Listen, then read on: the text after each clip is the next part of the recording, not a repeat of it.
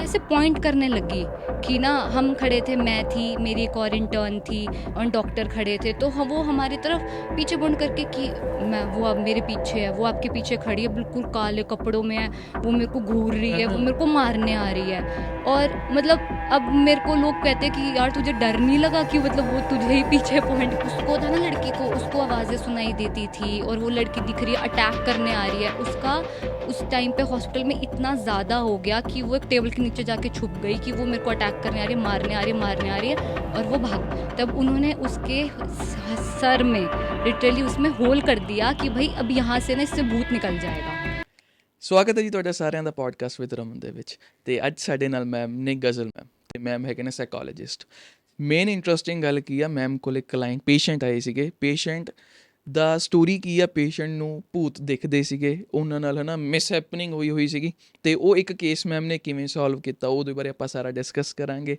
Plus ma'am ਇਸ line ਦੇ ਵਿੱਚ ਕਿਵੇਂ ਆਏ, ਕਿਵੇਂ ਸਾਰਾ ਕੰਮ ਕੀਤਾ, ਕਿਉਂ ਆਏ, ਕਿਵੇਂ ਆਏ, ਕੀ ਕੀਤਾ, ਉਹ ਸਾਰਾ ਕੁਛ ਆਪਾਂ ਇਸ ਪੋਡਕਾਸਟ ਦੇ ਵਿੱਚ ਡਿਸਕਸ ਕਰਾਂਗੇ। मैं ਪਹਿਲਾਂ ਤੁਹਾਡਾ ਸਵਾਗਤ ਕਰਦੇ ਹਾਂ ਸਾਡੇ ਪੋਡਕਾਸਟ ਦੇ ਵਿੱਚ। Thank you sir, thank you so much, आपने मुझे बुलाया एक इतने अच्छे पॉडकास्ट पे। It's like honour to be here. And like मैं सीरियसली इस फील्ड से काफ़ी ज़्यादा रिलेट करती हूँ, क्योंकि एक टाइप ऑफ कह सकते हैं जेनेटिक ही बोल सकते हैं, क्योंकि मेरी मम्मा भी इसी फील्ड से थी, तो उन्होंने भी इसमें ही लाइक ग्रेजुएशन करा हुआ है।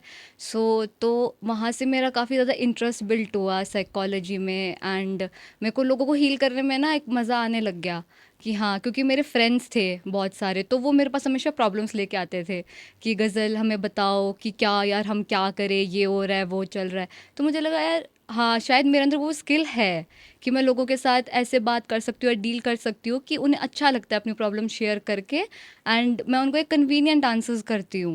सो इसीलिए मुझे लगता है कि साइकोलॉजिस्ट बनना is like a dream to me. ਅੱਛਾ ਜੀ, ਮਤਲਬ ਮੈਨੂੰ ਤਾਂ ਕੀ ਲੱਗਦਾ ਹੈ ਨਾ, ਕਿਉਂਕਿ ਜਿਹੜਾ ਵੀ ਬੰਦਾ ਤੁਹਾਡੇ ਕੋਲ ਆਊਗਾ ਉਹਨੇ ਪ੍ਰੋਬਲਮਸ ਲੈ ਕੇ ਆਉਣਾ, ਇੱਕ ਤਰੀਕੇ ਨਾਲ ਨੈਗੇਟਿਵਿਟੀ ਲੈ ਕੇ ਆਉਣਾ, ਆਪਾਂ ਗੱਲ ਕਰੀਏ ਨਾ, हाँ, ਉਹ ਕਿਤੇ ਨਾ ਕਿਤੇ ਤੁਹਾਡੇ ਮਾਈਂਡ 'ਤੇ ਹਿੱਟ ਨਹੀਂ ਕਰਤੀ ਉਹ ਗੱਲ।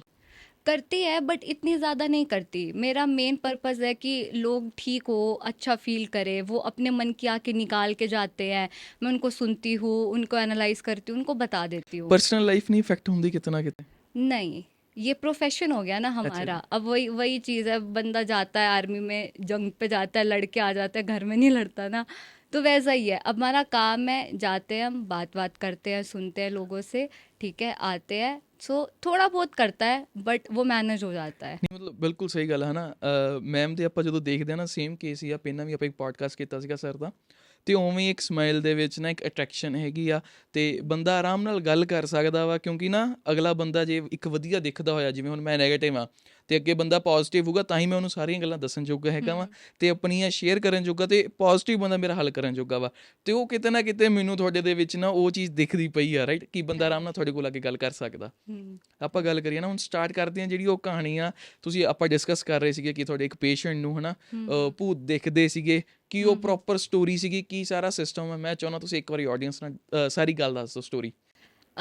ये मेरे इंटर्नशिप के टाइम की बात है। ओके। तो मैं एक बहुत फेमस लाइक साइकेट्रिस्ट है, उसके अंडर काम कर रही थी। तो वहाँ पे हमारे पास एक पेशेंट आया था, तो वो लड़की थी, होगी 12 से 13 साल की। तो उसके साथ लाइक उसके बचपन में और थोड़े और ज़्यादा लाइक 8-9 साल की एज में कोई सीरियस डेथ वगैरह हो गई थी। तो उनकी ग्रैंड मदर की हुई थी, जो उनके काफ़ी क्लोज थी। तो अब उनको तो कुछ 3-4 साल बाद अब उनको ऐसा है कि उन्हें वो दिखती हैं, अच्छा ठीक जी। है, और वो उनको नेगेटिव वे में दिखती है, मतलब वो कहती है कि तेरी वजह से मेरी डेथ हुई, हाँ हाँ। मतलब ऐसे वाला सीन है। तो एक दिन वो पेशेंट आई तो वो बहुत ज़्यादा मतलब कि इम्पल्सिव हो गई, तो वो ऐसे पॉइंट करने लगी कि ना हम खड़े थे, मैं थी, मेरी एक और इंटर्न थी और डॉक्टर खड़े थे, तो वो हमारी तरफ पीछे पॉइंट करके कि मैं, वो अब मेरे पीछे है, वो आपके पीछे खड़ी है, बिल्कुल काले कपड़ों में है, वो मेरे को घूर रही है, वो मेरे को मारने आ रही है। और मतलब अब मेरे को लोग कहते हैं कि यार तुझे डर नहीं लगा कि मतलब वो तुझे ही पीछे पॉइंट करके बिल्कुल बोल बिल्कुल रही है। बिल्कुल। बट ऐसा कुछ ना, क्योंकि वो एक बीमारी है, उसको हेलुसिनेशन बोलते हैं, और विजुअल हेलुसिनेशन। उसमें जनरली क्या होता है कि लोगों को वो चीज़ें दिखाई देती है जो एग्जिस्ट नहीं करती। मतलब मैं बैठी हूँ, मेरे को पता है आप यहाँ बैठे हो, बट मैं कहूँगी यहाँ पे भी कोई बैठा है, जबकि वहाँ पे कोई भी नहीं बैठा हुआ। ओके। तो उसको कहते हैं विजुअल हेलुसिनेशंस। ਮਤਲਬ तो ਤੁਹਾਡੇ उसको ਹਿਸਾਬ वो ਨਾਲ था, ਭੂਤ ਹੁੰਦੇ ਨਹੀਂ ਹੈਗੇ, ਇਹ ਸਿਰਫ ਇੱਕ बीमारी है। ਬਿਮਾਰੀ ਆ। हाँ, बीमारी है।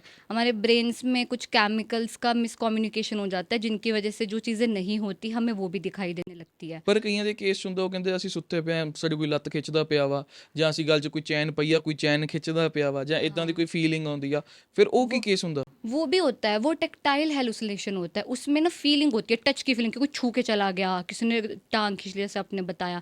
उस वो भी एक टाइप ऑफ हेलुसिनेशन, जिसमें सेंसेस फील होती है, यहाँ पे कुछ है, इधर कुछ है, टच करके गया, आवाज़ें भी सुनाई देती है। ਬਿਲਕੁਲ ਬਿਲकुल। उसको था ना, लड़की को, उसको आवाज़ें सुनाई देती थी, और वो लड़की दिख रही है, अटैक करने आ रही है। उसका उस टाइम पे हॉस्पिटल में इतना ज़्यादा हो गया कि वो एक टेबल के नीचे जाके छुप गई, कि वो मेरे को अटैक करने आ रही है, मारने आ रही है, मारने आ रही है, और वो भाग गई। ਅੱਛਾ ਜੀ। उसके नीचे जाके छुप गई वो, कि भाई ऐसे हो रहा है। तो उसको फिर इंजेक्शंस वगैरह दिए, एंड उसको थोड़ा काम डाउन वगैरह करा। ਇਹ ਬੇਸਿਕਲੀ ਨਾ ਜਿਹੜੇ ਭੂਤਾਂ ਵਾਲੀ ਗੇਮ ਆ ਸਾਰੀ, ਇਹ ਨਾ हम्म ਪਹਾੜਾਂ 'ਚ ਕਹਿੰਦੇ ਜ਼ਿਆਦਾ ਪਾਈ ਜਾਂਦੀ ਆ। ਤੇ हम्म ਇਹ ਕੋਈ ਵਹਿਮ ਹੀ ਆ ਜਾਂ ਇਹ ਰਿਐਲਿਟੀ ਹੁੰਦੀ ਆ? ਭੂਤਾਂ ਕਹਿੰਦੇ ਨੇ ਪਹਾੜਾਂ ਦੇ ਵਿੱਚ ਭੂਤ ਕਾਫੀ ਦੇਖਣ ਨੂੰ ਮਿਲਦੇ ਆ ਰਾਤ ਦੇ ਟਾਈਮ, ਜਾਂ ਫਿਰ ਕਹਿੰਦੇ ਨੇ ਕਿ ਜੇ ਤੁਹਾਨੂੰ ਕੁਝ ਦਿਖ ਗਿਆ ਰਾਤ ਨੂੰ, ਤੁਸੀਂ ਬੈਕ ਪਿੱਛੇ ਮੁੜ ਕੇ ਨਹੀਂ ਦੇਖਣਾ। हम्म ਇਦਾਂ ਦੀਆਂ ਗੱਲਾਂ ਕਹੀ ਜਾਂਦੀਆਂ ਨੇ, ਫਿਰ ਇਹਦੇ ਵਿੱਚ ਕਿੰਨਾ ਕੁ ਸੱਚ ਆ ਤੇ ਕੀ ਇਹ ਕੈਲਕੂਲੇਸ਼ਨਸ ਆ? देखो, ये ना वहम बना हुआ है, एक ना हमारी साइकोलॉजी सेट हो रखी है कि ना सुनसान, जिस पे लाइट नहीं होती, उन जगहों पे ना भूत होते हैं, जंगलों में, जो कि मूवीज़ हमें ऐसे बनाई हुई है। तो उससे ना एक माइंडसेट सेट हो गया हम सबका, कि हाँ भाई, भूत ऐसी जगहों पे ही पाए जाते जो सुनसान वीरान होती है, वहाँ पे होता है। बट ऐसा कुछ नहीं है, ये सब एक लाइक मिथ कह सकते हैं, है, क्योंकि सारी सिर्फ प्रॉब्लम्स होती है। बहुत पहले टाइम में हिपोक्रेट्स हुआ करते थे, उन्होंने बताया था कि जैसे भूत वाला कॉन्सेप्ट एक्सोसिज्म होता था लोगों का, लिटरली इतने। एक मैं आपको थ्योरी बताती हूँ, बहुत अच्छी थ्योरी है। उसमें उन्होंने क्या करा कि एक इंसान था, उन्होंने सब गांव वालों ने मिलके प्लान करा कि भाई इसके अंदर ना भूत है, क्योंकि ये बहुत अजीब अजीब खुद में बातें करता रहता है, रातों को घूमता रहता है, ऐसे करके। उन्हें कहा कि इसको भूत है, इसको किसी बाबा वगैरह के पास लेके जाओ। उन्होंने उसके स्कल में होल कर दिया। ਅੱਛਾ जी। उस टाइम पे, ये बहुत बहुत पुराने टाइम है, कि आई वुड से 980s से भी बहुत पहले की बात है। तब उन्होंने उसके सर में लिटरली उसमें होल कर दिया, कि भाई अब यहाँ से ना इससे भूत निकल जाएगा। ये एक लिटरली एक थ्योरी है बहुत फेमस वाली, कि मतलब इतना ज़्यादा वहम, सुपरस्टिशंस इतना ज़्यादा था लोगों में, कि वो ऐसे ऐसे टेक्निक्स यूज़ करते थे भूत निकालने के लिए, जबकि वो सिर्फ एक हार्मोनल और केमिकल इश्यूज़ की वजह से हुआ है। ਪਰ ਕਈ ਆਪਾਂ ਜਿਵੇਂ ਆਨਲਾਈਨ ਵੀ ਦੇਖਦੇ ਆ ਨਾ, ਭੂਤਾਂ ਦੀਆਂ ਸਟੋਰੀਆਂ ਸੁਣਾਈਆਂ ਜਾਂਦੀਆਂ ਨੇ ਕਿ ਮੈਨੂੰ ਇੱਥੇ ਭੂਤ ਦਿਖੇ, ਪਹਾੜਾਂ 'ਚ ਅਸੀਂ ਹੋਟਲ 'ਚ ਰਹਿੰਦੇ ਸੀ, ਆਵਾਜ਼ਾਂ ਆਈਆਂ, ਜਾਂ ਫਿਰ ਸਾਡੇ ਕਮਰੇ 'ਚ ਸਾਨੂੰ ਫੀਲ ਹੋਇਆ, ਹਨਾ, ਇਹ ਚੀਜ਼ਾਂ ਹੁੰਦੀਆਂ ਨੇ। ਜਾਂ ਫਿਰ ਕਈ ਕਹਿ ਦਿੰਦੇ ਨੇ ਕਿ ਕੋਠੇ ਤੇ ਕੋਈ ਖੜਾ ਦਿਖ ਗਿਆ, ਵਾਲ ਖਿਲਾਰੇ, like same like films, right, ਜੋ ਫਿਲਮਾਂ 'ਚ ਹੁੰਦਾ। ਉਹ ਸਾਰੀ ਗੇਮ, ਉਹ ਸਾਰੀ ਫਿਰ ਤੁਹਾਡੇ ਹਿਸਾਬ ਨਾਲ ਵਹਿਮ ਹੀ ਨੇ? वहम ही है। देखो, इल्यूजन में और हेलुसिनेशन में भी डिफरेंस है। देखो, इल्यूजन क्या होता है कि अगर जैसे भूत खड़ा है, मैं यूँ नहीं कह सकती कि भाई वो बंदे को हेलुसिनेशन ही है। हो सकता है कि वो कोई परछाई हो, पेड़ वगैरह की हो, बट हमें ऐसा लगा कि भाई वो एक आदमी है, वो वाली चीज़। ਤੇ ਆਪਾਂ ਹਨਾ, ਇੱਕ ਕੀ ਹੁੰਦਾ ਵਾ ਕਿ ਕਈ ਜਣੇ ਨਾ ਕਿਸੇ ਨੂੰ ਲਿਫਟ ਦਿੱਤੀ ਰਾਤ ਨੂੰ, ਹਨਾ, हम्म ਤੇ ਜਿਵੇਂ ਹੀ ਉਹ ਲਿਫਟ ਦੇ ਕੇ ਉਹਨੂੰ ਉਤਾਰਿਆ ਕਿਤੇ, ਤੇ ਜਿਵੇਂ ਹੀ ਪਿੱਛੇ ਮੁੜ ਕੇ ਦੇਖਦੇ ਆ, ਉਹ ਬੰਦਾ ਗਾਇਬ ਹੁੰਦਾ ਵਾ। ਤੇ ਉਹ ਕੀ ਸੀਨ ਹੁੰਦਾ ਫਿਰ ਤੁਹਾਡੇ ਹਿਸਾਬ ਨਾਲ? देखो, इसमें तो मेरे को लगता है थोड़ा वहम ही है, हेलुसिनेशंस वगैरह ही बोल सकते हैं हम इसको, क्योंकि अब मैं साइकोलॉजी की स्टूडेंट हूँ, तो मेरे अकॉर्डिंग, साइंस के अकॉर्डिंग, तो देखो भूत वगैरह इवल स्पिरिट्स एग्जिस्ट नहीं करते। तो ਵੈਸੇ मेरे ਤੁਸੀਂ ਇਹ ਜਿਹੜੀ ਇਹ ਲਾਈਨ 'ਚ ਪਏ, ਸਟਾਰਟਿੰਗ ਦੇ ਵਿੱਚ ਪਏ ਨਾ, ਸਟਾਰਟਿੰਗ ਤੁਹਾਨੂੰ ਕੀ ਮਤਲਬ ਕੀ ਸੀਨ ਹੁੰਦਾ ਵਾ ਕਿ ਇੱਕ ਨਾਰਮਲ ਲਾਈਫ, ਜਦੋਂ ਆਪਾਂ ਸਾਈਕੋਲੋਜੀ ਪੜ੍ਹਦੇ ਆ ਨਾ, ਆਪਾਂ ਨੂੰ ਕਈ ਵਹਿਮ ਜਾਂ ਕਈ ਚੀਜ਼ਾਂ, ਮਿਥ ਆਪਣੇ ਕਲੀਅਰ ਹੁੰਦੇ ਨੇ, ਫਿਰ ਆਪਾਂ ਆਪਣੇ ਆਪ ਤੇ ਹੱਸਦੇ ਹਾਂ, ਯਾਰ ਮੈਂ ਪਹਿਲਾਂ ਆਹ ਕਰਦੀ ਹੁੰਦੀ ਸੀ ਜਾਂ ਕਰਦਾ ਹੁੰਦਾ ਸੀ, ਹਨਾ। ਤੇ ਉਹ ਤੁਹਾਡੀ ਸਟਾਰਟਿੰਗ 'ਚ ਕੀ ਤੁਹਾਨੂੰ ਲੱਗਿਆ ਕਿ ਯਾਰ ਮੈਂ ਪਹਿਲਾਂ ਐਵੇਂ, ਮਤਲਬ ਇਹ ਚੀਜ਼ਾਂ ਨਜਾਇਜ਼ ਹੀ ਕਰੀ ਜਾਂਦੀ ਸੀ, ਆਪਾਂ ਗੱਲ ਕਰੀਏ? देखो, मेरा था कि मुझे थोड़ा सा था कि हाँ, लाइक भूत वगैरह होते हैं, क्योंकि देखो अगर भगवान है तो फिर भूत भी है। वो वही चीज़ है कि अगर चीज़ें पॉजिटिव है ज़िंदगी में, तो नेगेटिव भी बिल्कुल है। बिल्कुल। तो इसीलिए तो मुझे लगता था कि एक पॉइंट पे है।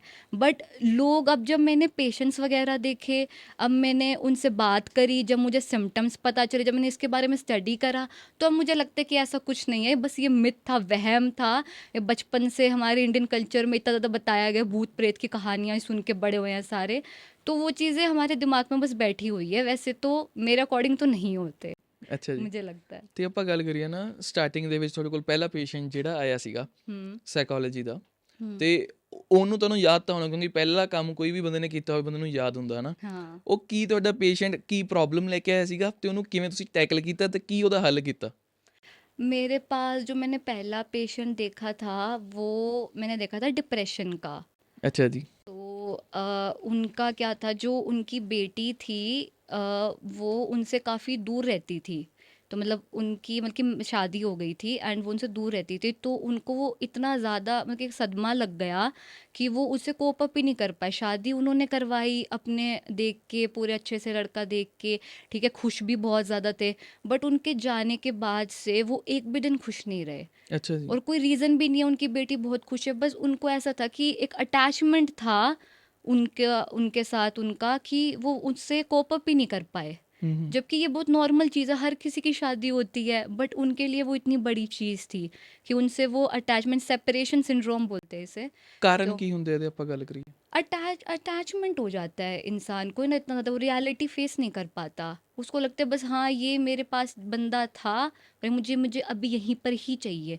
वो ये नहीं देखते कि हाँ चलो शादी होगी, वो चीज़ कोप अप ही नहीं कर पाते। वो इतना इमोशनली वो लग कहते हैं ना स्ट्रॉन्ग बंदा होता है जो सिचुएशन के साथ आगे बढ़ता है, वो कईयों में वो नहीं होती। और स्पेशली जो मिड 40s के लोग हैं ना, उनमें ये धीरे धीरे डिक्लाइन होने लग जाती है ਅੱਛਾ ਜੀ। चीज़। ਤੇ ਫਿਰ ਇਹਦਾ ਤੁਸੀਂ ਹੱਲ ਕਿਵੇਂ ਕੀਤਾ ਆਪਾਂ ਗੱਲ करिए? हल हमने उनको थोड़ा पहले रियलाइजेशन कराया। पहले तो एक टेस्ट करा, BDI जिसको कहते हैं, बैक डिप्रेशन इन्वेंट्री, वो करा। उसमें हमें स्कोर उनका काफ़ी ज़्यादा हाई आया, तो जिनसे पता चला कि उनको डिप्रेशन काफ़ी ज़्यादा है। उसके बाद हमने उनको कुछ CBT थेरेपी दी, ठीक है, जिससे मतलब कि उन्हें रियलाइज़ करवाया कि देखो आपकी बेटी वहाँ पे कितनी ज़्यादा खुश है, ठीक है, आप उनके लिए ब्लेसिंग्स दो, आपका मन है ज़्यादा मिलने का, मिलाओ, आप उसको कॉल कर लो, वीडियो कॉल कर लो, बट आप ऐसे उदास मत रहो। देखो आपके पास और भी लोग, उनके फैमिली मेम्बर्स भी आए थे, क्योंकि वो भी परेशान है, उनके साथ इन्वॉल्व ही नहीं हो रहे थे वो। बिल्कुल बिल्कुल। तो उनसे भी बात वगैरह करवाई कि देखो ये लोग भी हैं, आपको इनकी भी सोचनी चाहिए। तो ऐसे ऐसे करके उनको थोड़ा रियलाइज़ हुआ कि हाँ ये, मैंने कहा ये लोग भी आपके अपने हैं। फिर उनको थोड़ा हुआ कि हाँ इनके लिए भी मुझे कुछ करना चाहिए। ਅੱਛਾ तो ਜੀ। फिर ऐसे ऐसे करके थ्रू आउट द सेशन वो ठीक हो गए थे। ਵੈਸੇ ਹੁਣ ਤੱਕ ਤੁਸੀਂ ਕਿੰਨੇ ਕੁ ਪੇਸ਼ੈਂਟਸ ਨੂੰ हैंडल कर चुके हो? मैंने जब इंटर्नशिप करी थी तो उसमें 100+ पेशेंट्स मैंने देखे हुए हैं 2 साल के अंदर। अच्छा जी। और जो अभी मैं इंडिविजुअल जो काउंसलिंग वगैरह ले रही हूँ उसमें 50+ हो चुके हैं। ਤੇ तो ਸਭ ਤੋਂ ਵੱਧ ਪਰਸੈਂਟੇਜ ਕਿਸ ਕੇਸ ਦੀ ਤੁਹਾਡੇ ਕੋਲ ਆਉਂਦੀ ਆ? रिलेशनशिप, ਆਸ਼ਕੀ? हाँ उसकी काफ़ी ज़्यादा है, ਕੀ क्योंकि ਕੀ ਹੁੰਦਾ ਉਹਦੇ ਵਿੱਚ? ਕੀ वही major problem breakup? Breakup, move on and insecurities, possessiveness, ये मेजर ਜਿਹਦਾ चीज़ें। ਬ੍ਰੇਕਅਪ ਹੋ ਗਿਆ ਨਾ, हम्म। ਉਹਦੇ ਲਈ ਵੈਸੇ ਕੀ ਟਿਪਸ ਐਂਡ ट्रिक्स ਆ कि वो मूव ऑन हो सके? देखो मूव ऑन बेसिकली डिपेंड करता है कि इंसान कितना ज़्यादा इन्वॉल्व था उसके अंदर। कि मतलब अगर रिलेशन ज़्यादा टाइम का था तो उसको थोड़ा ज़्यादा टाइम लगेगा मूव ऑन होने में, ठीक है, कम का था तो जल्दी हो सकता है। टिप्स फिर भी थोड़े जे टिप्स होन। टिप्स सबसे मेजरली है, अपने फ्रेंड्स और फैमिली के साथ रहो, ऐसे लोगों के साथ रहो जो आपको सपोर्ट करते हो, ठीक है। अपना जिम करो, साइकिलिंग, रनिंग, मैं यूँ नहीं कह रही कि बॉडी बनाने के लिए करना है, बट जो आपकी इमोशनल एनर्जी है ना, आप उसको कहीं पे कहीं ना कहीं आपको लगाना पड़ेगा, फिजिकली लगाना पड़ेगा, क्योंकि वो इतना भरा हुआ है, मन में दुख है, तो वो चीज़ कहीं डाइवर्ट होकर ना अच्छी जगह जानी चाहिए। तो जिम बहुत अच्छा ऑप्शन है, जिम, रनिंग, साइकिलिंग। हाँ, अगर आपके पास एक बिजनेस है या करियर है उसके ऊपर फोकस करो, बाहर घूमो, लोगों के साथ इंटरेक्ट करो, ये बेस्ट ऑप्शंस होते हैं कि जल्दी मूव ऑन करने ਤੇ के। ਸਭ ਤੋਂ ਛੋਟੀ ਉਮਰ ਦਾ ਇਸ ਕੇਸ ਦੇ ਵਿੱਚ ਕਿਹੜਾ ਕਿੰਨੀ ਕੁ ਉਮਰ ਦਾ ਬੱਚਾ ਆਇਆ ਸੀ ਤੁਹਾਡੇ ਕੋਲ, ਪੇਸ਼ੈਂਟ ਆਇਆ ਸੀ? इसमें आया था 14 साल की लड़की। 14 ਸਾਲ? हम्म, ਤੇ ਉਹਦਾ वो ਉਹਦਾ ਇਹੀ ਸੇਮ ਕੇਸ 9th ਸੀਗਾ? में थी। हाँ ਸੇਮ ਕੇਸ ਸੀਗਾ ਉਹਦਾ ਵੀ? हाँ, उसका सेम केस था एंड वो इतनी ज़्यादा मतलब कि अंदर से बिल्कुल होता है ना, टूट चुकी थी कि उसने मतलब हमने उसके पेरेंट्स को भी भेज दिया था कि आप यहाँ पे मत बैठो, क्योंकि वो बच्ची बोल भी नहीं रही थी एंड शी वाज मतलब साइलेंट टीयर्स होते हैं ना, मतलब मैं बैठी हूँ और बैठे बैठे मेरे आंसू यूँ गिर रहे हैं, कोई फेस पे एक्सप्रेशन नहीं, सिर्फ आंसू गिर रहे हैं। एंड वो इतनी ज़्यादा ब्रोकन थी, इतनी ज़्यादा, मतलब 2-3 सेशन तो उससे ये बात निकलवाने में ही लग गया कि एक्चुअली में हुआ क्या था। ਤੁਹਾਨੂੰ ਕੀ ਲੱਗਦਾ ਨਾ, ਜਿਹੜੇ ਅੱਜ ਕੱਲ੍ਹ ਰਿਲੇਸ਼ਨ ਹੋ ਰਹੇ ਆ, 14 ਸਾਲ ਤਾਂ ਕੋਈ ਉਮਰ ਹੀ ਨਹੀਂ ਹੁੰਦੀ। वही। ਇਹਨਾਂ ਦੀ ਉਮਰ 'ਚ ਤਾਂ ਮਤਲਬ 14 ਸਾਲ ਦੇ ਬੱਚੇ ਨੂੰ ਤਾਂ ਕੁਝ ਪਤਾ ਹੀ ਨਹੀਂ ਹੁੰਦਾ ਸੀਗਾ ਉਹਨੇ ਕਰਨਾ ਕੀ ਹੈ ਨਾ, ਕੀ ਨਹੀਂ हाँ ਕਰਨਾ। ਤੇ वही। ਇਹ ਕੀ ਕਾਰਨ ਆ ਅੱਜ ਕੱਲ੍ਹ ਬੱਚੇ ਇੰਨੀ ਛੇਤੀ ਉਮਰਾਂ, ਛੋਟੀ ਉਮਰਾਂ 'ਚ ਰਿਲੇਸ਼ਨ 'ਚ ਆ ਰਹੇ ਨੇ? ये सोशल मीडिया, अभी हम जब अपने बचपन वाले फेज़ में थे या आप रहे होंगे, तो आपका इतना ज़्यादा बाहर की दुनिया से कोई कनेक्शन नहीं था। आप हो गए, आपकी गली में जो फ्रेंड्स हो गए वो, बिल्कुल बिल्कुल ठीक है? बिल्कुल। कोई फ़ोन नहीं, कोई सोशल मीडिया नहीं था, ठीक है? कोई उन पे रील्स वगैरह कुछ नहीं थी। आजकल सोशल मीडिया की वजह से इतना ज़्यादा, मतलब कि अच्छा कंटेंट भी है उस पे, बट ऑब्सेसिव कंटेंट इतना ज़्यादा है, एडिक्शन वाला कॉन्सेप्ट इतना ज़्यादा है, तो लोगों के हार्मोन जल्दी जल्दी चेंज हो रहे हैं अब उनको होता है कि अच्छा ये चीज़ भी है, तो मतलब कि अच्छा ऐसा कुछ होता है। उनको इतनी छोटी उम्र में चीज़ों का नहीं पता, बस एक किसी का देख लिया, बस उसमें इन्वॉल्व हो गए। इसी वजह से हो रहा है ये। ਆਪਾਂ ਗੱਲ करिए ਤਾਂ सोल्यूशन की है। इसका सोल्यूशन ये है कि जितना हो सके बच्चों को, स्पेशली फॉर पेरेंट्स, कि उन्हें अपने बच्चों से फ़ोन काफ़ी दूर रखना चाहिए। हम्म ठीक है, जो काम के पर्पस से है सिर्फ उसी के लिए देना चाहिए, and you should keep a check on your like childrens कि वो एक्चुअली में कर क्या रहे हैं फ़ोन में। एज अ पेरेंट बहुत इंपॉर्टेंट है, क्योंकि रिसेंटली अभी मैंने 2-3 दिन पहले एक रील देखी, बच्ची get ready with me to school बना रही थी। अच्छा जी। हाँ जी, और वो भी 4th क्लास में है वो बच्ची। मतलब हमारे टाइम पे हमारी मम्मी ज़बरदस्ती लेकर जाती थी कि नहा के जा बेटा, मुँह धो के जा, एंड वो गेट रेडी विद मी बना रही है। ऑफ कोर्स सी बात है, उस बच्ची को रिकॉर्ड करना, फ़ोन चलाना, अपलोड करना, अकाउंट बनाना, ये तो कोई बड़े बंदे ने करके दिया होगा। बिल्कुल बिल्कुल बिल्कुल। पेरेंट्स यूज़ कर रहे हैं उन्हें कि उनको थोड़ा-सा अर्निंग मिल सके, क्योंकि बच्चों को देख के व्यूज़ आते हैं। ਮਤਲਬ ਆਪਾਂ ਗੱਲ ਕਰੀਏ ਹੈ ਨਾ, हुँ, ਜਿਹੜਾ ਆ ਯੂਥ ਆ ਆਪਣਾ, ਜੇ ਇਸ ਰਾਹ ਪਈ ਗਿਆ ਤੇ ਫਿਰ ਤਾਂ ਕੋਈ ਫਿਊਚਰ ਹੈ ਹੀ ਨਹੀਂ ਦੇਸ਼ ਦਾ, ਵੀ ਆਪਾਂ वही। ਗੱਲ ਕਰੀਏ। वही, इससे बहुत ज़्यादा ना मेंटल हेल्थ अफेक्ट हो रही है। बच्चों की लाइक्स, कमेंट्स, शेयर इनके अंदर घुसते जा रहे हैं बच्चे, जबकि उन्हें गली में खेलना चाहिए, साइकिलिंग करनी चाहिए, पढ़ाई करनी चाहिए। और मुझे लग रहा है थोड़े टाइम बाद पढ़ाई का कॉन्सेप्ट भी चला ही जाएगा, जिस हिसाब से बच्चे आजकल इंस्टा पे लगे हुए हैं। ਆਪਾਂ ਗੱਲ ਕਰੀਏ ਨਾ, ਇੱਕ ਰਿਲੇਸ਼ਨ ਆ, हम्म। ਰਿਲੇਸ਼ਨ ਦੇ ਵਿੱਚ ਬੰਦੇ ਨੂੰ ਕਿਵੇਂ ਦਾ ਰਹਿਣਾ ਚਾਹੀਦਾ ਵਾ, ਸੋ ਦੈਟ ਕਿ ਕੱਲ ਨੂੰ ਜੇ ਕੁੜੀ ਜਾਂ ਮੁੰਡਾ ਬ੍ਰੇਕਅਪ ਕਰਦਾ ਤੇ ਉਹਦੇ ਮਾਈਂਡ ਤੇ ਇਫੈਕਟ ਨਾ ਕਰੇ, ਕਿ ਰਿਲੇਸ਼ਨਸ਼ਿਪ 'ਚ ਕਿੰਨੀ ਕੁ ਦੂਰੀ ਆਪਾਂ ਕਹਿ ਸਕਦੇ ਹਾਂ ਮੇਨਟੇਨ ਕਰਨੀ ਚਾਹੀਦੀ ਹੈ, ਕਿ ਸੋ ਦੈਟ ਆਪਾਂ ਕੱਲ ਨੂੰ ਜੇ ਬੰਦਾ ਜਾਂਦਾ ਵੀ ਆ ਤੇ ਮੇਰੀ ਜ਼ਿੰਦਗੀ ਉੱਥੇ ਹੀ ਖੜੀ ਆ, ਨੋਰਮਲ ਆ, ਮੈਨੂੰ ਕੋਈ ਫਰਕ ਨਹੀਂ ਪੈਂਦਾ। ये नहीं हो सकता। इमोशंस है, हम human being are full of emotions. ठीक है, अगर हम रोबोट्स नहीं है कि हमने एक मीटर सेट कर दिया कि भाई मेरे को 50% इन्वॉल्व होना है, मेरे को 100% होना है, तो वो हमारे हाथ में नहीं है। हम क्या कर सकते हैं कि जैसे मूव ऑन के बाद जनरली लोगों को होता है मुझे भूलना है, भूलना है, भूलना है। वो चीज़ नहीं करनी। अगर आप वो करोगे तो कभी नहीं भूल पाओगे, क्योंकि हमारा माइंड ना केपेबल ही नहीं है भूलने का। हम्म। हम कोई भी चीज़, हमारी एक इम्पॉर्टेंट पर्सन था लाइफ में, उसके साथ कितनी अच्छी मेमोरीज थी, बुरी मेमोरीज थी, तो हम कहीं भी भूल सकते हैं? नहीं, कभी भी नहीं। तो हमें क्या करना चाहिए, जो वो मेमोरीज थी ना, उनसे ना पीस से इस्टेब्लिश कर लो। उसको याद करो कि हाँ यार, एक टाइम था, वो मेरा टाइम था, बस हो गया, और अब वो चीज़ नहीं है मेरी लाइफ में। एक्सेप्टेंस डेवलप करो कि हाँ, अब वो चीज़ मेरी लाइफ में नहीं है, पहले थी, अब मैं ठीक हूँ। अपने आप को ट्राई करें, बट भूलने की कोशिश मत करो। जितना आप भूलने की कोशिश करोगे ना, वो चीज़ वापस याद आती रहेगी, और आएगी और आएगी।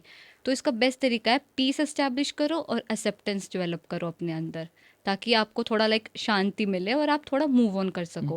एंड टाइम हील्स एवरीथिंग, सबसे बेस्ट लाइन ये है, time is the best medicine. Time के साथ सब कुछ ठीक हो जाता है, सब जो मेमोरीज है थोड़ी थोड़ी फेड अवे होनी अपने आप स्टार्ट हो जाती है। ਹਾਂ, ਪਹਿਲਾਂ ਬੰਦਾ ਪੰਗੇ ਲੈਣ ਨੂੰ ਨਹੀਂ ਹਟਦਾ, ਬਾਅਦ 'ਚ हाँ। ਭਾਲਦਾ ਮੈਂ ਐਂ ਕਰਾਂ ਤੇ ਮੈਂ ਸਾਰਾ ਕੁਝ ਭੁੱਲ ਜਾਂ ਤੇ ਮੂਵ ਔਨ ਹੋ ਜਾ, ਹੈ ਨਾ। वही। ਮਤਲਬ ਬੇਸਿਕਲੀ ਆਹੀ ਕੇਸਿਸ ਚੱਲਦੇ ਨੇ, ਆਪਾਂ ਗੱਲ ਕਰੀਏ हम्म। ਇੰਡੀਆ ਦੇ ਵਿੱਚ ਵੀ। हम्म। ਤੇ ਆਪਾਂ ਗੱਲ ਕਰੀਏ ਨਾ, ਦੂਜਾ ਕਿਹੜਾ, ਕਿੱਦਾਂ ਦੇ ਕੇਸਿਸ ਤੁਹਾਡੇ ਕੋਲ ਜ਼ਿਆਦਾ ਆਉਂਦੇ ਨੇ? ਪਹਿਲੇ ਪਰਸੈਂਟੇਜ ਤਾਂ ਹੋ ਗਈ ਰਿਲੇਸ਼ਨ ਦੀ, हम्म। ਸੈਕਿੰਡ ਦੀ ਆਪਾਂ ਗੱਲ ਕਰੀਏ, ਕਿਸ ਤਰੀਕੇ ਦੇ ਕੇਸਿਸ ਤੁਹਾਡੇ ਕੋਲ ਹੋਰ ਆਉਂਦੇ ਨੇ?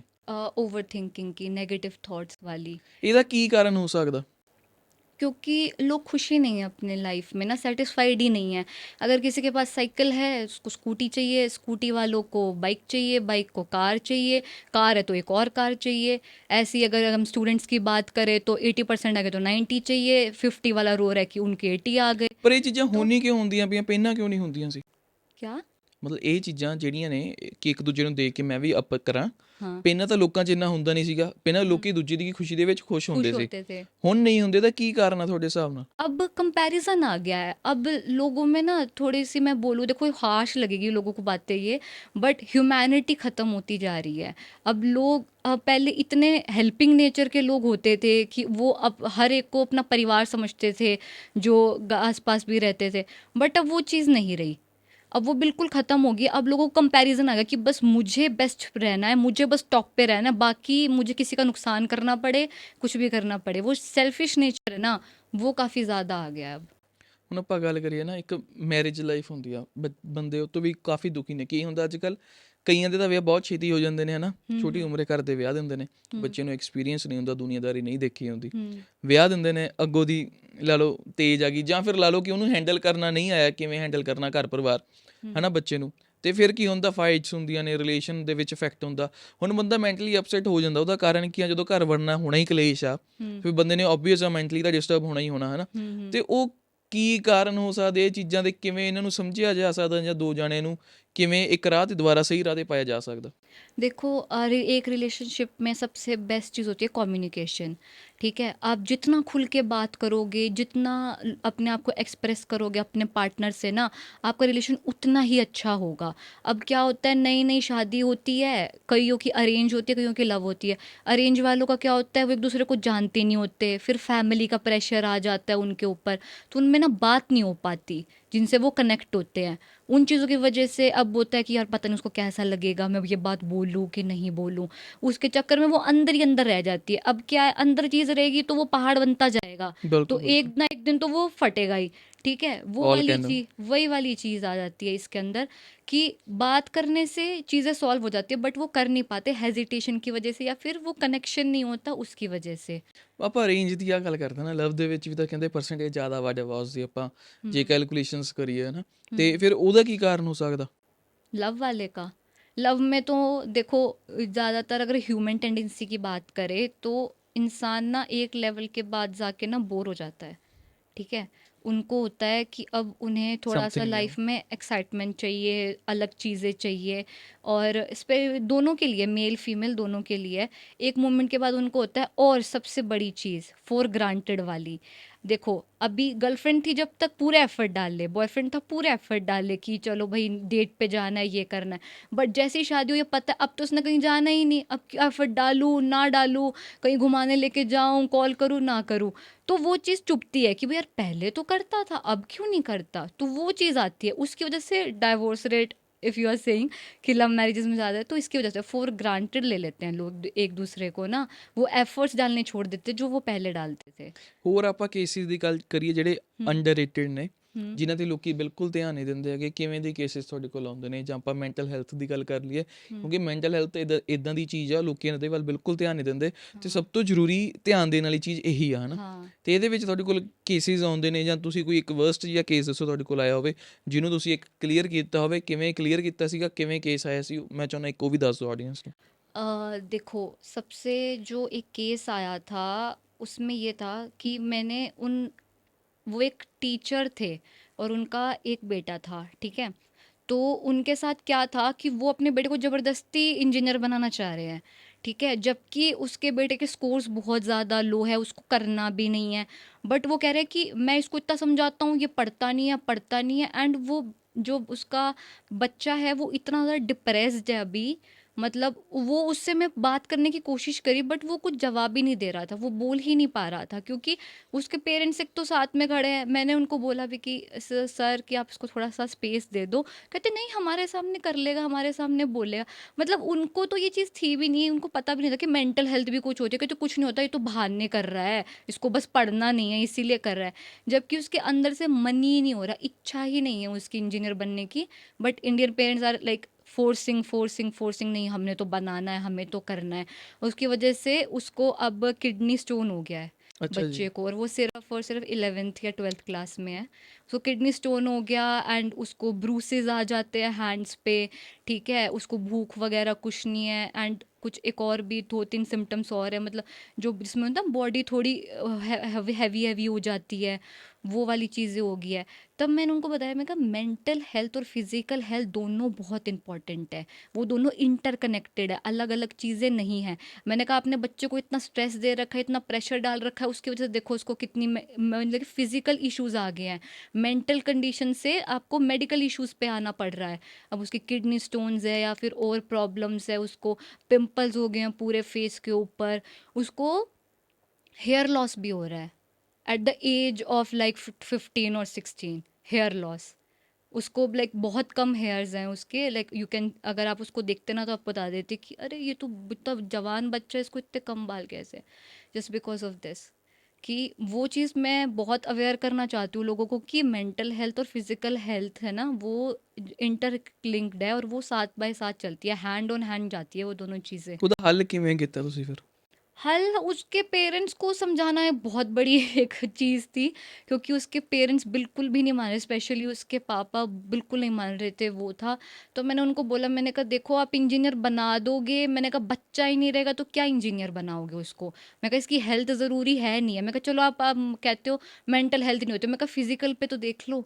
तो उनको बड़ी मुश्किल से मतलब कन्विंस करना पड़ा हमें, और मेरे सीनियर डॉक्टर भी थे, उन्हें बताना पड़ा कि आपके बेटे की फिजिकल हेल्थ भी ख़राब होती जा रही है मेंटल हेल्थ की वजह से। तब थोड़ा सा उनको हुआ कि चलो करते हैं ट्राई।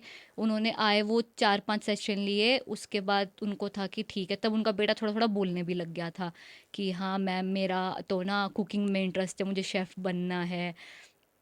तो मैंने कहा ओके। तो फिर उनके पापा ने भी कहा चलो ठीक है, फिर अगर आप बोल रहे हो तो ऐसे ऐसे करके यू वर लाइक ठीक है कर लेते हैं। ਨਹੀਂ ਮਤਲਬ ਕਦੇ ਕਦਾਰ ਤੁਹਾਨੂੰ ਕੇਸ ਆਉਂਦੇ ਨੇ ਹਨਾ, हम्म। ਕੀ ਹੁੰਦਾ ਅੱਗੇ ਦੀ ਕਦੀ ਕਦਾਰ ਬੱਚੇ ਰੂਡ ਵੀ ਹੁੰਦੇ ਨੇ ਹਨਾ, ਕਈ हम्म। ਬੋਲਦੇ ਨੇ ਕਈ ਰੂਡ ਵੀ ਹੁੰਦੇ ਨੇ, हम्म। ਤੇ ਉਹਨਾਂ ਨੂੰ ਹੈਂਡਲ ਕਰਨਾ ਕਦੀ ਕਦਾਰ ਮਾਈਂਡ 'ਚ ਕਦੀ ਇਹ ਨਹੀਂ ਆਇਆ ਯਾਰ ਮੈਂ ਕੋਈ ਗਲਤ ਫੀਲਡ ਦੇ ਵਿੱਚ ਪੰਗਾ ਲੈ ਲਿਆ, ਮਤਲਬ ਕਦੀ ਕਦਾਰ ਹਿਊਮਨ ਨੇਚਰ ਆਪਾਂ हाँ ਵੀ हाँ ਹਿਊਮਨ ਹੀ ਆ हाँ। ਨਾ, ਕਦੀ नहीं ਕਦਾਰ ਬੰਦੇ ਦੇ मतलब ਦਿਮਾਗ 'ਚ ਆਉਂਦਾ ਯਾਰ ਕੀ ਮੈਂ ਪੰਗਾ ਹੀ ਲੈ ਲਿਆ ਆਪਣੇ ਗੱਲ। ਸੋ हाँ ਇਦਾਂ ਦਾ ਕਦੀ ਸਿਚੁਏਸ਼ਨ ਆਈ ਤੁਹਾਡੇ ਇਹਦੇ 'ਚ? हाँ, बहुत एक बार आई काफ़ी ज़्यादा, मतलब एक ही चीज़ को, मतलब अगर मैं 10 बार बोल रही हूँ उसके बाद भी बंदा सेम ही चीज़ करता है ना, थोड़ा गुस्सा तो आता है। अब वही, अब उस टाइम पे नहीं दिखा सकते, बट अंदर अंदर वो चीज़ आती है कि अरे समझ जा यार मैं क्या बोलना ਸੀਗਾ चाह ਕੀ ਮੈਨੂੰ रही। ਪੂਰੀ ਦੱਸੋ ਕਹਾਣੀ मैं कहना। देखो उसमें बेसिकली क्या हुआ था कि एक बच्चा था। देखो मैं कॉन्फिडेंशियल है तो फिर मैं ऐसे नेम वगैरह नहीं रिलीज़ कर सकती। तो उसमें लड़की का क्या मेजरली रहता था कि उसको, उसका जो बॉयफ्रेंड है वो बहुत ज़्यादा टॉक्सिक है, बहुत ही ज़्यादा है, एंड उसको पब्लिकली स्लैप भी कर चुका है वो 2-3 बार। अच्छा जी। एंड उस वो मेरे को जस्टिफिकेशन दे रही थी कि ये मैंने कोई नहीं यार, होता है, वो ना गलती मेरी ही थी, मैंने ना शायद ये कर दिया था। तो मैंने कहा ये तुम्हारी गलती नहीं थी, और मैंने कहा अगर गलती हो भी तो वो तुम्हें पब्लिकली स्लैप कैसे कर सकता है।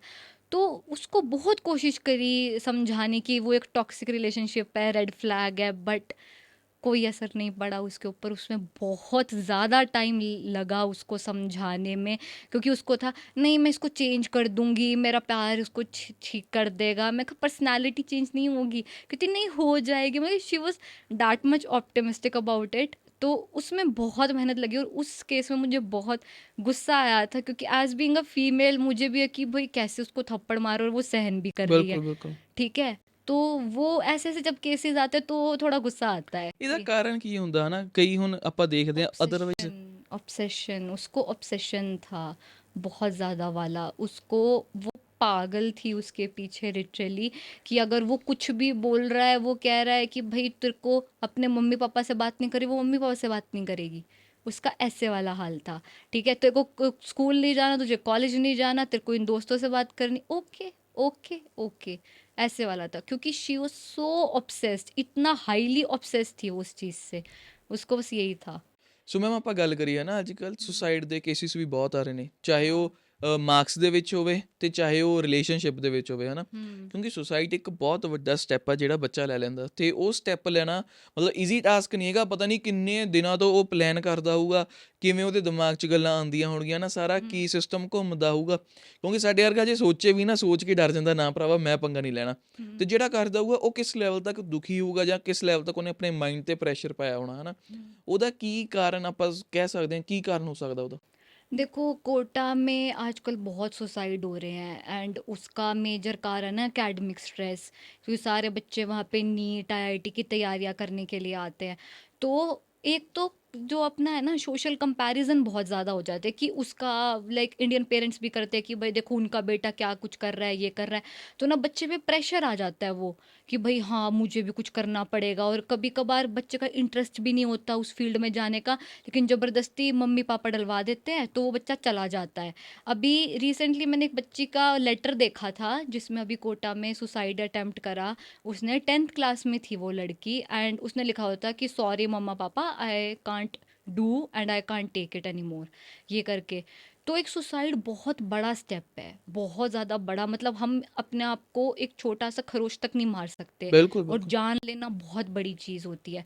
तो आप समझो कि वो लेवल कितना ज़्यादा, किस लेवल का परेशान है वो बच्चा उस टाइम पे, कि उसने इतना बड़ा स्टेप ले लिया। उसने मुझे उसको अपनी लाइफ इतनी बेकार लगने लगी कि भाई इससे अच्छा तो मर जाना है। ਤੁਹਾਡੇ ਕੋਲ ਕੋਈ ਕੇਸ ਹੈ ਜਿਹਨੇ ਟਰਾਈ ਕੀਤੀ ਹੋਵੇ ਸੁਸਾਈਡ ਦੀ? हाँ मेरे पास है एक, उसने बच्चे ने अटेम्प्ट करने की कोशिश करी। ਕੀ ਕਾਰਨ ਸੀ ਉਹਦਾ?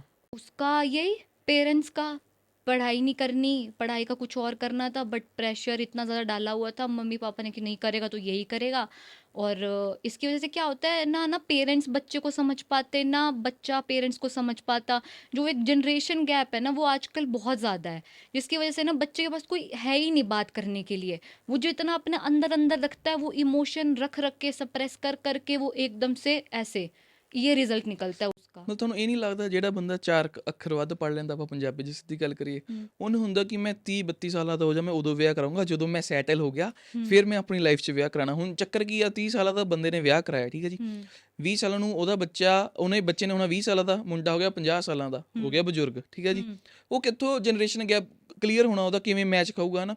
ਜੇ ਬੱਚੇ ਦਾ ਵਿਆਹ ਹੀ 22-23 ਸਾਲਾਂ 'ਚ ਜਾਂ 25 ਸਾਲਾਂ ਦੇ ਵਿੱਚ ਮੁੰਡੇ ਦਾ ਵਿਆਹ ਹੋਇਆ ਹੋਵੇ, ਗਾਂ 45 ਸਾਲਾਂ ਦਾ ਉਹ ਹੋ ਗਿਆ, 20 ਸਾਲਾਂ ਦਾ ਹੋ ਗਿਆ, 25 ਨੂੰ ਮੁੰਡਾ ਵਿਆਹ ਦੇ ਉਹ ਆਪ 50 ਦਾ ਹੋਵੇ, ਫਿਰ ਤਾਂ ਕਿਤੇ ਨਾ ਕਿਤੇ ਕਲੈਬ ਕਰਦੀ ਵੀ ਹੈ ਗੱਲਬਾਤ। ਕਿਤੇ ਨਾ ਕਿਤੇ ਤੁਹਾਨੂੰ ਨਹੀਂ ਲੱਗਦਾ ਇਹ ਵੀ ਚੀज़ मैटर करती है? हाँ ये करती है। अभी ना हमारा जो लाइफस्टाइल है ना काफ़ी चेंज हो गया, अब लोग पैसे को ज़्यादा प्रायोरिटी देने लग गए हैं। तो उन्हें होता है पहले करियर बना ले, खूब सारे पैसे कमा ले, फिर कहीं जाके शादी करेंगे, कोई जल्दी नहीं है। पहले क्या होता था, पहले पैसों की कुछ इतनी ज़्यादा वैल्यू नहीं थी। अब तो देखो इकोनॉमी इतनी ज़्यादा चेंज हो गई है, तो अब तब लोग जल्दी शादी करा देते, जल्दी सेटल हो जाते थे, तो वो पेरेंट्स भी बच्चों की रिस्पेक्ट करते थे, और ज़्यादातर बच्चे पेरेंट्स की बहुत रिस्पेक्ट करते कि अगर मम्मी पापा ने चीज़ बोल दी तो कर दिया, बिल्कुल, उनको कोई बिल्कुल। प्रेशर नहीं होता था। बट आजकल के बच्चे वही है, रेबेल है, उनको अपनी मर्जी के अकॉर्डिंग चीज़ें करनी है। एंड पेरेंट्स को भी यूँ नहीं कि फ्री छोड़ दे, उनको भी नहीं, कंट्रोल्ड में रहना चाहिए बच्चा। हम उनके ऊपर पूरी लाइफ हमें उनकी कंट्रोल करके रखनी है, अब यही करेगा वही करेगा। तो वो चीज़ आ गई है, वो लाइफस्टाइल ना वहाँ चेंज हो गया है, जिसकी वजह से ये सुसाइड वाला इशू इतना ज़्यादा हो रहा है। बच्चे अपनी चीज़ एक्सप्रेस ही नहीं कर पा रहे अपने पेरेंट्स को कि मम्मी मुझे ये नहीं करना, पापा मुझे ये वाला फील्ड नहीं चूज़ करना। उसकी वजह से हो रहा है ये, लोग ही नहीं उनके पास बातें करने के लिए। तभी है कि काउंसलिंग इसीलिए इम्पॉर्टेंट है, थेरेपी इसीलिए इम्पॉर्टेंट है कि अगर आप, मैं यूँ नहीं कह रही कि आपको कोई मेंटल इशू ही है, कोई एक प्रॉब्लम ही है, अगर आप एक नॉर्मल इंसान भी हो बट आपकी लाइफ में कोई है नहीं बात करने के लिए, कुछ इमोशन शेयर करने के लिए, you can just go to a therapist and you can talk. अपने दिल की जितनी भी है वहाँ जाके बोल आओ, क्योंकि तुम्हें पता है वो बंदा तुम्हें जज नहीं करने वाला, तुम उसको जानते नहीं हो, ठीक है। तो तुम अपने मन की पूरी निकाल के आ सकते हो, कम से कम कहीं तो निकालोगे ना, रादर देन उसको पहाड़ बनाओ एंड देन इतना बड़ा स्टेप लो। It's better to talk. So ਵੀਰੇ ਆਪਾਂ ਸਿੱਧੀ ਜੀ ਗੱਲ ਕਰੀਏ ਹੈ ਨਾ, ਗੱਲ ਸਾਰੀ ਇੰਨੀ ਕਾ ਕਿ ਜੇ ਤੁਹਾਨੂੰ ਲੱਗਦਾ ਤੁਸੀਂ ਘਰੇ ਵੀ ਤੁਹਾਡੀ ਪਰੇਸ਼ਾਨੀ ਕੋਈ ਹੈਗੀ ਆ, ਪਰੇਸ਼ਾਨੀ ਕੋਈ ਵੀ ਹੋ ਸਕਦੀ। ਅੱਜ ਕੱਲ੍ਹ ਆਪਾਂ ਕਹੀਏ ਜਿਹੜੇ ਬੰਦੇ ਨੂੰ ਹੱਥ ਲਾ ਲਓ ਉਹ ਦੁਖੀ ਆ ਨਾ, ਪਰ ਆਪਾਂ ਕਰਦੇ ਕੀ ਆ, ਆਪਾਂ ਨਾਰਮਲੀ ਚੱਲੀ ਜਾਂਦੇ ਹਾਂ ਦੁਖੀ ਦੁਖੀ ਦੁਖੀ ਦੁਖੀ, ਜਦੋਂ ਤੱਕ ਉਹ ਪਟਾਕਾ ਨਹੀਂ ਨਾ ਫਟਣ 'ਤੇ ਆਉਂਦਾ ਉਦੋਂ ਤੱਕ ਆਪਾਂ ਦੁਖੀ ਰਹਿੰਦੇ ਹਾਂ। ਪਰ ਇਹਦਾ ਵੀਰੇ ਸੋਲਿਊਸ਼ਨ ਹੈਗਾ ਵਾ, ਆਪਾਂ ਇੱਕ ਵਾਰੀ ਡਿਸਕਸ ਕਰ ਸਕਦੇ ਹਾਂ। ਵੈਸੇ ਕਿਸੇ ਵੀ ਮੇਰੇ ਹਿਸਾਬ ਨਾਲ ਅਨਨੋਨ ਬੰਦੇ ਨਾਲ ਆਪਾਂ ਆਪਣੀ ਸਾਰੀ ਪ੍ਰੋਬਲਮ ਸ਼ੇਅਰ ਕਰ ਲਈਏ ਨਾ, ਮੇਰੇ ਹਿਸਾਬ ਨਾਲ 80% ਬੰਦੇ ਦਾ ਸਟ੍ਰੈਸ ਵੈਸੇ ਹੀ ਉਤਰ ਜਾਂਦਾ ਜੇ ਆਪਾਂ ਕਿਸੇ ਨਾਲ ਸ਼ੇਅਰ ਹੀ ਕਰ ਲਈਏ, ਰਾਈਟ। ਪਰ ਬੰਦੇ ਨੂੰ ਹੁੰਦਾ ਨਹੀਂ, ਜੇ ਮੈਂ ਸ਼ੇਅਰ ਕਰ ਲਈ ਮੇਰੀ ਰੈਪੋ ਖਰਾਬ ਹੋ जानी है, मेरी इमेज खराब हो जानी है। वही, क्योंकि ना अवेयरनेस ही नहीं है ना मेंटल हेल्थ के बारे में ना, लोगों को लगता है अच्छा कि साइकोलॉजिस्ट के पास जा रहे हो, साइकेट्रिस्ट के पास जा रहे हो, ये तो पागलों के डॉक्टर है, तू पागल है, तू क्यों जा रहा है उसके पास। ये चीज़ इतनी ज़्यादा है कि अगर मान लो होगी ना घर में, अगर कोई जा भी रहा होगा ना, बताएंगे नहीं लोग कि हमारा बेटा या बेटी जा रही है, नहीं नहीं बताना, लोगों को नहीं बताना, रहने दो रहने दो। और अगर कोई और बीमारी हो जाए, डेंगू हो जाए, टाइफाइड, अरे उसको डेंगू हो गया, पता है तुम्हें हमारा बेटा इतने दिनों से हॉस्पिटल में, वो चीज़ें लोग खुल खुल के बताते हैं। बट मेंटल हेल्थ की बात नहीं बताता कोई, वो उसमें ऐसे सीक्रेटिव, नहीं नहीं नहीं बताना, नहीं बात नहीं करनी इसके बारे में। ਪਰ ਆਪਾਂ ਗੱਲ ਕਰੀਏ ਨਾ, ਜਿਹੜੇ ਸਾਈਕੋਲੋਜਿਸਟ ਹੈਗੇ ਵੀ ਨੇ, हम्म। ਜਿਹੜੇ ਮਸ਼ਹੂਰ ਹੁੰਦੇ ਨੇ ਨਾ, ਉਹ ਕਿਤੇ ਨਾ ਕਿਤੇ ਨਜਾਇਜ਼ ਫਾਇਦਾ ਵੀ ਚੱਕਦੇ ਨੇ ਕਿ ਬੰਦੇ ਨੂੰ ਦਿੱਕਤ ਥੋੜ੍ਹੀ ਜਿਹੀ ਹੁੰਦੀ ਆ ਪਰ ਉਹਨੂੰ ਬਣਾ ਇੰਨੀ ਜ਼ਿਆਦਾ ਦਿੰਦੇ ਨੇ ਵੀ ਬੰਦੇ ਨੂੰ ਲੱਗਦਾ ਕਿ ਯਾਰ ਇਹ ਤਾਂ ਮੈਨੂੰ ਕਿਤੇ ਹੋਰ ਹੀ ਰਾਹ ਪਾਈ ਜਾਂਦੇ ਨੇ। ਕਿਤੇ ਨਾ ਕਿਤੇ ਇਹ ਵੀ ਚੀਜ਼ ਹੈਗੀ ਆ, ਜੇ ਜਿਹੜਾ ਬੰਦਾ ਸਟੈਪ ਲੈਂਦਾ ਵੀ ਹੈ ਨਾ ਕਿ ਉਹ ਸਹੀ ਕੰਸਲਟੈਂਟ ਕੋਲ ਜਾਵੇ, ਇਹ ਵੀ ਬਹੁਤ ਇੱਕ ਔਖੀ ਗੱਲ ਹੋ ਜਾਂਦੀ, ਕਿਉਂਕਿ ਸਹੀ ਲੱਭਣਾ ਵੀ ਬਹੁਤ ਔਖਾ ਹੋ ਗਿਆ ਅੱਜ ਕੱਲ੍ਹ ਮਾਰਕੀਟ 'ਚ। हाँ, वो भी हो जाता है क्योंकि वही मैंने बताया ना, लोग मनी ओरिएंटेड हो गए हैं। तो उन्हें होता है अगर कोई चीज़ 4 सेशन में हो रही होगी तो वो उसको 7 से 8 में खींच देंगे जस्ट टू मेक मनी। वो वाली चीज़ भी है, बट भाई as a doctor I would say कि पहली चीज़ होनी चाहिए इंसान को हील करना। वो एक हमारा मॉरली करेक्ट आंसर है, एक ड्यूटी है हमारी मॉरली कि एक इंसान को हम पहले हील करें। पैसे क्या, पैसे तो और भी बंदा ਕਿਆ कमा ਬਾਤ ਹੈ। लेगा, ਸੋ अच्छा ਆਪਾਂ करे। ਗੱਲ ਕਰੀਏ ਨਾ, ਆਪਾਂ ਇੱਥੇ ਵਾਈਂਡ ਅਪ ਕਰਦੇ ਹਾਂ ਪੋਡਕਾਸਟ। ਮੈਂ ਚਾਹੁੰਦਾ ਲਾਸਟ ਤੇ ਤੁਸੀਂ ਕੁਝ ਕਹਿਣਾ ਚਾਹੋ ਆਡੀਅנס ਨੂੰ, ਕਿਉਂਕਿ ਅੱਜ ਕੱਲ੍ਹ ਮੇਰੇ ਹਿਸਾਬ ਨਾਲ ਮੈਂਟਲ ਹੈਲਥ ਦੇ 80-90% ਲੋਕਾਂ ਨੂੰ ਦਿੱਕਤ ਹੈਗੀ ਉਹ ਹੈਗੀ ਆ, हम्म। ਰਾਈਟ। ਤੇ ਉਹ ਕਿਵੇਂ, ਜਿਹੜੇ ਦੱਸਦੇ ਨਹੀਂ ਹੈਗੇ ਜਾਂ ਜਿਹੜੇ ਆਪਣੀ ਮੈਂਟਲ ਹੈਲਥ ਵੱਲ ਧਿਆਨ ਹੀ ਨਹੀਂ ਦਿੰਦੇ, ਉਹਨਾਂ ਨੂੰ ਕਿਵੇਂ ਆਪਣਾ ਵਰਕ ਕਰਨਾ ਚਾਹੀਦਾ ਵਾ ਜਾਂ ਰੈਗੂਲਰ ਰੂਟੀਨ ਕਿਵੇਂ ਸੈੱਟ ਕਰਨੀ ਚਾਹੀਦੀ ਹੈ? ਮੈਂ ਚਾਹੁੰਦਾ ਕਿ ਇੱਕ ਲਾਸਟ ਟਿਪ ਤੁਸੀਂ ਦੇ ਦਿਓ ਆਡੀਅנס ਨੂੰ। सी, जो थेरेपी है वो हर किसी के लिए है। आप सबको थेरेपी जाना चाहिए। अगर आपकी लाइफ में थोड़ा सा भी कोई इमोशनल इशू है जिसको आपको लगता है कि आप खुद से टैकल नहीं कर पा रहे हो, just go to a therapist, talk. It's a normal thing, इसको एक बड़ी चीज़ बनाने की ज़रूरत नहीं है। जैसे आप और डॉक्टर को के पास जाते हो ना एक छोटा सा फीवर होने पे, वैसे अगर छोटी सी प्रॉब्लम होने पे आप थेरेपिस्ट पे चले जाओगे ना तो आपको इतना बड़ा इशू लाइफ में कभी भी नहीं होगा। ज़रूरी नहीं है कि भाई जो कैंसर है जैसे आप फर्स्ट स्टेज पे उसको चेक करवा लेते हो, वैसे ही अपनी थेरेपी भी स्टार्टिंग में ही स्टार्ट कर दो, ताकि जो वो प्रॉब्लम है ना इतनी सी है उसी टाइम सॉल्व हो जाए, इतनी बड़ी ना हो। ਸੋ ਵੀਰੇ ਆਪਾਂ ਗੱਲ ਕਰੀਏ ਨਾ, ਇਹ ਜਿਹੜਾ ਪੋਡਕਾਸਟ ਸੀਗਾ ਨਾ, ਇਹ ਮੈਨੂੰ ਮੈਂ ਚਾਹੁੰਦਾ ਸੀਗਾ ਕਰਨਾ। ਇਹਦਾ ਕਾਰਨ ਕੀ ਹੈ, ਕਿਉਂਕਿ ਮੈਂਟਲ ਹੈਲਥ ਬਹੁਤ ਵੱਡਾ ਇਸ਼ੂ ਹੈਗਾ ਵਾ ਅੱਜ ਕੱਲ੍ਹ ਦੀ ਡੇਟ ਦੇ ਵਿੱਚ। ਅਤੇ ਮੈਂ ਇਹੀ ਚਾਹੁੰਦਾ ਕਿ ਆਪਾਂ ਸਾਰੇ ਜਣੇ ਹੱਸਦੇ ਰਹੀਏ, ਹੈ ਨਾ। ਚਿਹਰੇ 'ਤੇ ਮੁਸਕਰਾਹਟ ਬਹੁਤ ਘੱਟ ਲੋਕਾਂ ਦੇ ਆ। ਆਪਣੀ ਥੋੜ੍ਹੀ ਜਿਹੀ ਗੱਡੀ ਕੋਈ ਕੱਟ ਵੀ ਆਪਾਂ ਨੂੰ ਮਾਰ ਜੇ ਨਾ, ਆਪਾਂ ਨੂੰ ਹੁੰਦਾ ਕਿ ਆਪਾਂ ਉਹਨੂੰ ਮਾਰਤੀਏ, ਗੱਡੀ 'ਚ ਗਾਲਾਂ ਕੱਢਣ ਲੱਗ ਜਾਂਦੇ ਹਾਂ। ਕਿਉਂ ਕੱਢਣ ਲੱਗ ਜਾਂਦੇ ਹਾਂ? ਆਪਾਂ ਸਟਰੈਸਡ ਆ, ਗੁੱਸਾ ਆਪਾਂ ਦੂਜੇ 'ਤੇ ਕੱਢਣ ਦੀ ਕੋਸ਼ਿਸ਼ ਕਰਦੇ ਹਾਂ। ਕਦੀ ਆਪਾਂ ਇਹ ਨਹੀਂ ਸੋਚਦੇ ਕਿ ਯਾਰ ਮੈਂ ਆਪ ਵੀ ਰਿਲੈਕਸ ਹੋ ਸਕਦਾ ਕਿਸੇ ਨਾ ਕਿਸੇ ਤਰੀਕੇ, ਹੈ ਨਾ। ਸੋ ਇੱਕ ਛੋਟੀ ਜਿਹੀ ਮੈਂ ਗੱਲ ਦੱਸੀ ਹੈ, ਇੱਦਾਂ ਦੀ ਕਾਫੀ ਗੱਲਾਂ ਹੁੰਦੀਆਂ ਨੇ ਜਿਹੜੀਆਂ ਬੰਦਾ ਕਰਦਾ, ਬਿਹੇਵ ਕਰਦਾ ਵਾ, ਰੀਜ਼ਨ ਇਹੀ ਹੁੰਦਾ ਕਿ ਸਟਰੈਸ ਹੁੰਦਾ, ਹੈ ਨਾ। ਅਤੇ ਬਾਕੀ ਮੈਂ ਮੈਮ ਦਾ ਨਾ ਥੱਲੇ ਸਾਰਾ ਡਿਟੇਲਸ ਵੀ ਦੇ ਦੂੰਗਾ। ਜੇ ਤੁਸੀਂ ਮੈਮ ਨਾਲ 1-to-1 ਕੰਟੈਕਟ ਕਰਨਾ ਚਾਹੁੰਦੇ ਹੋ ਤੁਸੀਂ ਕੰਟੈਕਟ ਕਰ ਸਕਦੇ ਹੋ। ਸਾਰੀ ਡਿਟੇਲਸ ਮੈਂ ਡਿਸਕ੍ਰਿਪਸ਼ਨ 'ਚ ਵੀ ਦੇ ਦੂੰਗਾ ਅਤੇ ਸਕਰੀਨ 'ਤੇ ਵੀ ਚਲਾ ਦੂੰਗਾ, ਰਾਈਟ। ਅਤੇ ਵੀਰੇ ਮੈਨੂੰ ਹੋਪ ਕਰਦਾ ਤੁਹਾਨੂੰ ਸਾਡਾ ਪੋਡਕਾਸਟ ਪਸੰਦ ਆਇਆ ਹੋਊਗਾ। ਜੇ ਪੋਡਕਾਸਟ ਪਸੰਦ ਆਇਆ ਵੀਰੇ, ਜਾਂਦੇ ਹੋਏ ਚੈਨਲ 'ਤੇ ਲਾਈਕ ਕਰ ਦਿਓ, ਵੀਡੀਓ ਨੂੰ ਲਾਈਕ ਕਰ ਦਿਓ, ਚੈਨਲ ਨੂੰ ਸਬਸਕ੍ਰਾਈਬ ਕਰ ਦਿਓ ਅਤੇ ਸੋਹਣਾ ਜਿਹਾ ਕਮੈਂਟ ਕਰ ਦਿਓ। Thank you.